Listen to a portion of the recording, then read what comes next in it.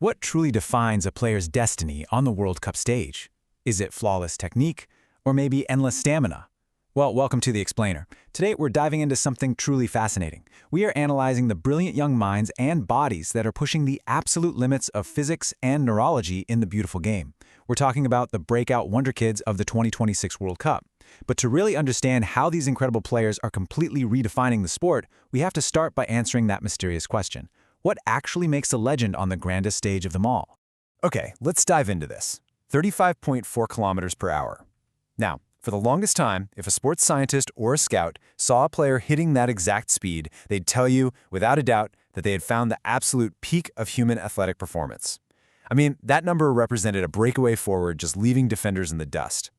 But here's the wild reality of modern elite football. Reaching 35.4 kilometers per hour is no longer the peak. Actually, it's really just the entry ticket. If you want to even compete in 2026, you've got to have this baseline. But think about it. If everyone is fast, then no one is fast, right? So, that brings us back to our crucial question. What separates the good from the legendary?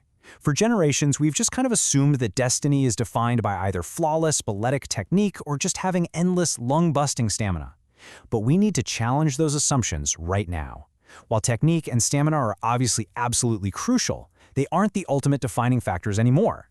You can have the greatest touch in the world or literally the biggest lungs on the pitch, but if you don't possess the new ultimate weapon, you're just going to be left behind. The whole paradigm of what speed actually means has completely shifted. The real game changer here is cognitive speed, and I am absolutely fascinated by this. It's not just about how fast your legs can carry you down the wing anymore. It is about being able to make the absolute right decision in less than a tenth of a second while you are running at full throttle. Picture this. You're sprinting at 35 kilometers per hour, your heart rate is totally maxed out, your lungs are on fire, 80,000 people are screaming at you, and in that literal fraction of a second, your brain has to calculate angles, physics, and the movement of 21 other players. This is where brilliant young minds are literally bending the rules of the sport. Section 1. Pure physical acceleration. 0 to 100 instantly. Let's fire up the engines.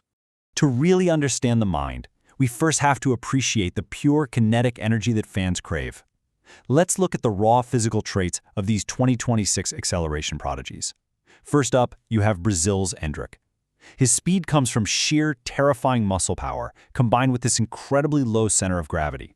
He's basically a bulldozer operating like a high-end sports car. Then you've got Senegal's rising dynamo, Ibrahim Mbaye, bringing that blistering linear pace right down the wing. And then there's Turkey's Kenan Yıldız. Kenan's ultimate physical superpower is that explosive first step. I mean, he is built like a brick wall physically, but his initial burst completely shatters his opponent's reaction time. By the time the defender even registers that Kenan has moved, he's already gone. No way you're catching him. To understand how this is even possible from a pop science perspective, we have to talk about type 2 fast-twitch muscle fibers. These are the muscle fibers that contract rapidly to produce those explosive bursts of speed and power we just mentioned. These young athletes have an incredibly high density of these fibers, which lets them generate massive kinetic force in literally milliseconds. But here is the real secret. While these fibers are absolutely packed into their legs, their true engine, the master control switch that tells them exactly when and how to fire, is hidden completely out of sight. It's up in the cortex. Section 2. The cognitive shift. Thinking 3 steps ahead. Now, what's really interesting about this slide is how we pivot from the physical to the mental. We are moving from physical muscles to the synapses firing deep within the brain. Let's juxtapose these two distinct types of speed. On one side, you have explosive power, right? The legs, the fast-twitch fibers, the pure athleticism. But on the other side, you have the synaptic advantage. That's the cortex. It's the brain's ability to process complex data instantly. This perfectly illustrates how the whole paradigm of football speed is shifting. It is moving from being purely athletic to being intensely, almost unbelievably cognitive. The players who dominate in 2026 won't just be the fastest runners. For sure, they will be the fastest thinkers. To anchor this scientific angle, we have to look at visual processing speed. Basically, this is the rate at which a player scans the pitch, perceives gaps in the defense, and signals their motor neurons to act. Take a player like Arda Güler. His speed isn't just about his sprint times, it's all about his radar. Arda is scanning the pitch multiple times per second before the ball even arrives at his feet. His eyes are collecting massive amounts of data, and his brain is processing it at supercomputer speeds. Let me walk you through Arda's split-second decision-making process, because honestly, it is mind-blowing. Step 1. He scans the pitch multiple times per second, taking a mental photograph of the absolute chaos around him. Step 2. His brain instantaneously spots a microscopic gap in the defense. Step 3. He fires a signal to his motor neurons to position his body and execute the pass. And the absolutely crucial point here is that he does all of this before he even receives the ball. While average players wait for the ball to react, Arda's brain has already fired the instructions. He is literally living in the future. And then we get to the incredible concept of neuroplasticity. This is what gives a player like Lamine Yamal his profound synaptic advantage. You see, football at the World Cup level is a high-cortisol, high-stress environment. Normally, high stress causes the human brain to panic, freeze up, or just rely on basic instincts. But the neural pathways in these young brains are incredibly plastic and adaptable.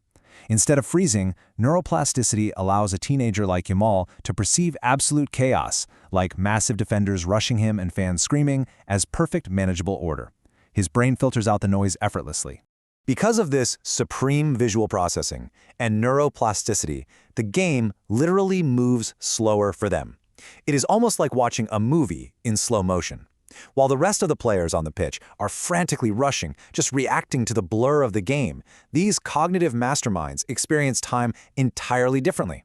They have the mental space to breathe, to pause, and to execute flawless technique, because their brains have bought them extra fractions of a second that nobody else has. Section 3. The X Factor of the 2026 World Cup. Redrawing the boundaries. When we bring the physical and mental elements together, we arrive at the ultimate X Factor required to dominate the 2026 World Cup. Just take a look at this powerful takeaway. The future doesn't belong to the teams that run the most, but to the generation that thinks and reacts the fastest. This is so important. It really underscores that raw distance covered, running 12 or 13 kilometers a match, is becoming an obsolete metric if it's not paired with mental velocity. You simply cannot outrun an opponent whose brain has already calculated the geometry of your tackle before you even make it. And this brilliantly illustrates the whole picture. Let's map out our Wonderkids and align them with their new superpowers. You have Kenan Yildiz with his explosive first step, utilizing those fast twitch fibers. You have Arda Güler, whose tactical superpower is pure visual processing speed, scanning the matrix of the pitch.